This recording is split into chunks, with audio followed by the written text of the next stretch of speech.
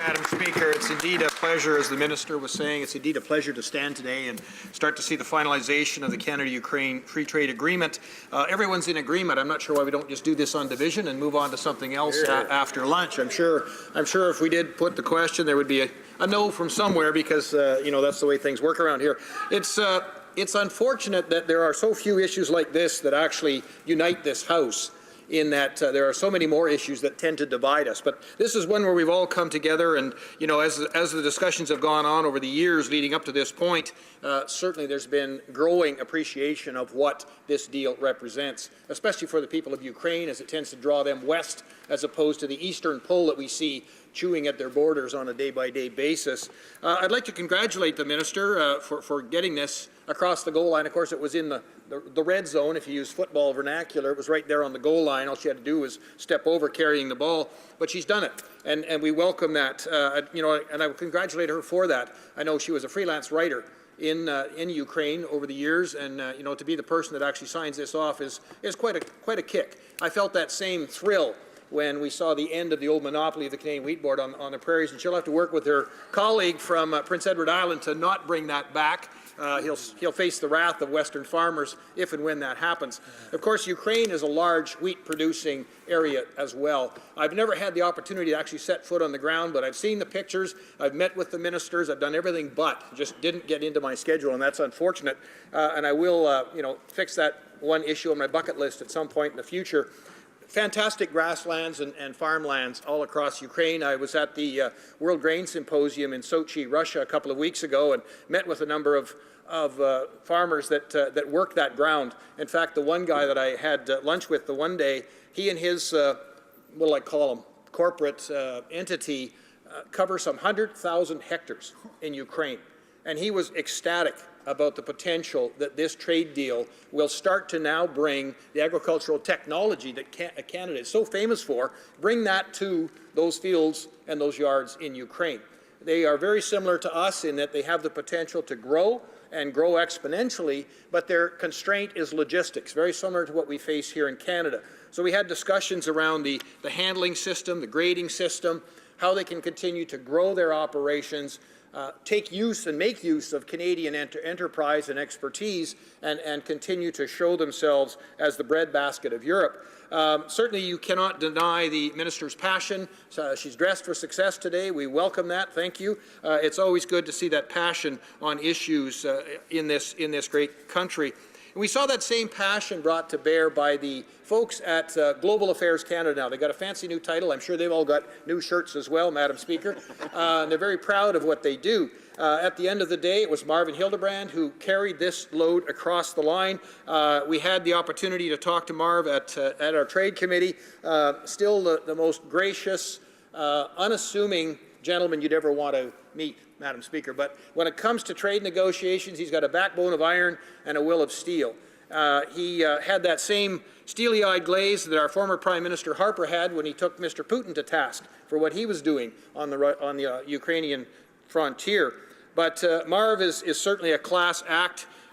He worked diligently with his staff, with his communications team, and with two different governments to actually bring this to fruition.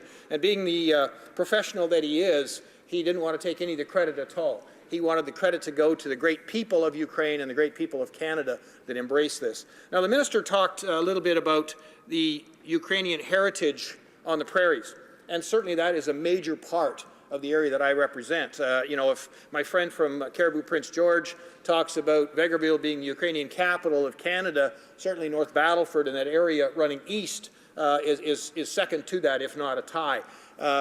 Very enterprising people, strong family ties, religious groups that make sure that they celebrate the wealth that they have enjoyed in Canada. But you go back to those first few years when they were on the prairies in sod shacks, isolated from their families and friends in Ukraine, but they've made all that work. And they have built enterprises out there in my part of the world that are just second to none, and certainly this helps them celebrate all the work that they've done to get us to that point. We're seeing a second wave of pioneers coming from Ukraine into my area as the oil patch grew, and it's hurting right now, Madam Speaker, and we've heard different applications of why that is. But at the same time, there were a number of tradespeople that were short throughout Saskatchewan. And part of the provincial nominee program was to identify the shortages, and we were talking machinists and welders and pipe fitters and metal workers and all sorts of different things. And good, strong Ukrainian families have picked up that challenge, moved into the area, and become part of the fabric of my constituency. And these are fantastic people. They work hard, they play hard, and their families and their business expertise are both growing at the same time. They continue to astound us with the work ethic that they bring and how hard and how diligent they are in making sure that their families get here as quickly as they can to reunite that strong family unit. And my friend from Selkirk Interlake is nodding his head. Of course, he's a strong Ukrainian heritage as well. You've got the tie on today, not the shirt, but we'll forgive you for that. I know you've got other meetings to attend. But at the end of the day, this is more than just geopolitical. This is a family reunification trade agreement. I know I said that about Europe writ large, but Ukraine is especially strong ties to the Canadian prairies and elsewhere in Canada as well, as their kids have gone on to be doctors, lawyers, and everything across Canada. It's been a pleasure to work with the former Prime Minister, Harper, the trade ministers of the day, my good friend from Abbotsford, who carried this one across the line. Of course, that particular member is having some health issues right now, Madam Speaker. You know, strange things happen to us when we get ready for a CBC interview, and he's a bit under the weather, but we know he'll struggle back. We know he's watching today and helping us celebrate all that hard work that came into the fulfillment of this landmark trade agreement. And it's a wonderful day when all parties agree on moving forward with this. I've heard the NDP get up and say this is one of very few that they will support. Generally, when they talk about trade, they support every agreement but the one we're talking about. But today, we can all celebrate. We're all here today, and we're all smiling. I know when we had that discussion around the Korean Free Trade Agreement, I think they mistakenly thought it was North Korea, Madam Speaker, but we welcome their support of that deal as well. And here we are again with the second or third one, I think it is now, and that's a wonderful thing. There is still quite a bit of work to be done in Ukraine. There's a lot of pockets of resistance to moving into a free market economy. There's still a lot of the old Soviet type of enterprise there where you pay me and I make this happen and then I pay you and you make that happen. And we're hopeful that this new deal will give them a different geopolitical base to begin to work from. I know we've had people there over the last number of election cycles watching how things progressed. It's getting better each time. I know the member from Selkirk has been there himself, and he will tell you stories, some of them horror stories, but other good stories of how things are evolving. We're now marking 25 years of independence with Ukraine, and really that's a short amount of time in a country's history. You know, the Ukrainian people go back generations and centuries and have slowly and steadily plodded towards this free market economy, democracy, and they are winning. And when you start to link arms with them, as we're doing with this free trade agreement, you start to see that win become almost palpable in the streets of the cities in Ukraine and, of course, across the rural countryside as they recognize the potential they have. And now that potential is doubled and tripled when they link arms with a strong democracy like this country we call home, Madam Speaker. So we're happy to do that. We're happy to work with them, to bolster them, to bring them into the 21st century, as it were, when it comes to trade agreements, democracy, the rule of law. When you start to talk about standards for the environment, standards for labor practices, these are all things that are very welcomed in Ukraine, and of course we take those for granted here in Canada, and we really don't understand how much they look forward to that. Agricultural exports to Ukraine have been, I would say, small from Canada's perspective. When we export $60 billion and the Ukraine is a $20 million item on that ledger sheet, but the tremendous opportunity actually puts a lie to just that small number at this point. There's no reason to think that that can't go up by multiples of 10 when we see the opportunity to start to work with them on putting biotechnology to work and all of the technology that we now use over the last couple of decades in Canada with zero-till and, micronutrients going into the fertilizers and different things like that, and the ability to grow a top-quality product, not just a quantity product, as we've seen them produce. Again, logistics are a major factor that they are working with as well, and we do have the opportunity to step up and help them in that. We face those same criteria here. They're a long way from Tidewater, just like we are, and they have to rely on other countries at some points in order to get that product to market, and of course, that costs from a political sense as well as a practical sense. We've got EDC representatives, and we had this at committee, and it was a point that I made. This is the Export Development Corporation, and they've identified, and the lady that leads the charge there speaks fluent Ukrainian, but she's based in London, England. It's a long way from Ukraine. So on her bi-weekly trips or whatever it is to make connections, it's not the same as when you're sitting there day by day, eye to eye, take a coffee break with people and say, here's what we can do and here's how we can do it. So we put that task to the minister. Is it possible at all that we could start to see people actually anchored in central Ukraine and work that whole country as a whole with Export Development Corporation, which of course they then quarterback, bringing in business-to-business connections and all of the bridges that need to be built to actually take advantage of the framework agreement that we see here in this CUFTA. So we're hopeful that that can happen. I know it takes dollars, but there's a tremendous opportunity for our livestock genetics, our crop genetics, and a lot of the infrastructure people that we have developed here in Canada, handling systems, all those different things that we'll see a huge potential there. So we've seen a number of trade agreements come and go out of this place, Madam Speaker, over the years that we were government, of course, a tremendous number. We've seen the CETA agreement start to inch its way towards the finish line. We're still dealing with that committee. Hopefully we'll have a vote on it later tonight and move that one forward as well. And I was really happy to see the minister didn't tinker around the edges with this one as she did with CETA, and we actually lost some pretty important clauses at the very end in negotiation, trying to make it more progressive.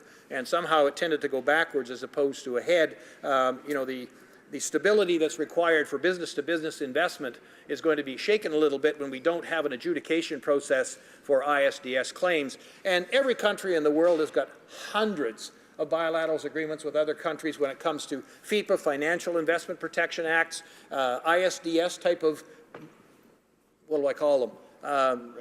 Resolutions and tools in the toolkit to help business-to-business make investments and be assured and secure in making those investments that they can't be taken away with a change of governance and so on. Of course, we see a lot of pushback on that from certain sectors here as well, but you know, we'll have to wait and see how that is. We've also got the Magnitsky Act that did I say that right, James? Magnitsky, sorry, I stand corrected. Magnitsky Act that is very important when we see how these things are brought into the court system. And why Canada's a laggard in implementing that, I'm not sure, and I'm sure you'll have words to say about that when you make your presentation later today. So this is a tremendous opportunity for Canadian industry, for the services industry in Canada as well, which is very robust and very mature. There's just a number of things that we can move forward on and start to enhance and strengthen Ukraine's stance on the world stage, working with us. I would be remiss if I didn't take a moment to thank, as I said, I thank the trade negotiation team for doing what they're doing. I thank the minister for the job that she did, getting it across the final line, stepping over. But I also want to take time to mention the great work that Prime Minister Harper did on this file. He was there in 2010, which was a very contentious time. As we all know, in Ukraine, he made some 3 or 4 trips over that 2-year period in order to make sure Ukraine was looking west, not east. He's met with all of the major players over there, as have I, on the edges of other meetings. And of course, my good friend, the Minister of Trade from Abbotsford at that time, that spent a lot of political capital in bringing this one to fruition. But it was Stephen Harper that actually had the wherewithal, at a meeting in Australia of all places, to look President Putin in the eye and say, you know, I'll shake your hand, but you've got to get out of Ukraine. And he put the marker down that these types of incursions aren't acceptable in today's geopolitical systems in the world. I'm thankful that Canada has a footprint, that have a presence there on those lines, but at the end of the day, we're also hearing that we've pulled back on the satellite imaging that the Ukrainian forces need to know exactly what they're up against on a moment-by-moment issue, Madam Speaker. So hopefully the government will rethink that and start to realize that underpinning this is our ability to make sure that Ukraine has a strong coastline, has a strong ability to push back the Russians should that ever happen, and hopefully it will. But at the end of the day, it was that great work done by Prime Minister Stephen Harper to actually start this, to push Ukraine to actually keep thinking about this as opposed to the incursions they were facing on several fronts. So kudos to him. He's gone on to work in the private sector, and I'm sure it's based a lot of his future work will be based on the great job that he did working on these types of trade agreements. We've also got other trade agreements that are sitting in the wings, like the Trans-Pacific Partnership. For some ridiculous reason, Madam Speaker, we seem to be holding back. The Japanese now, the crown jewel in that whole agreement, in the 12 countries that were involved in that, has ratified it. They're good to go. They've moved it through their parliamentary system. December 6th, 7th, it was finalized. They're waiting for a partner to dance with. And we're not even in the hall. We're not even on the floor. And that's just unconscionable to me, Madam Speaker, why we would walk away from that. We're going to celebrate this one today, but we could have a bigger celebration and a lot bigger win if we started to get past the Americans have to lead this ideology we seem to have when we know they're going to step away. They may take the full 2 years. There's no reason that we have to. With Japan already done, they're going to find some willing partners in Australia, New Zealand, Chile, Mexico, and they'll start trading. And that means that we're going to be coming from behind, trying to get into and get market share into that valuable market. So I think, if anything, let's get this one done so that we can start to bring TPP here to the floor and get that one moving forward expeditiously as well, Madam Speaker. Questions and comments? Questions et commentaires. The Honourable Parliamentary Secretary to the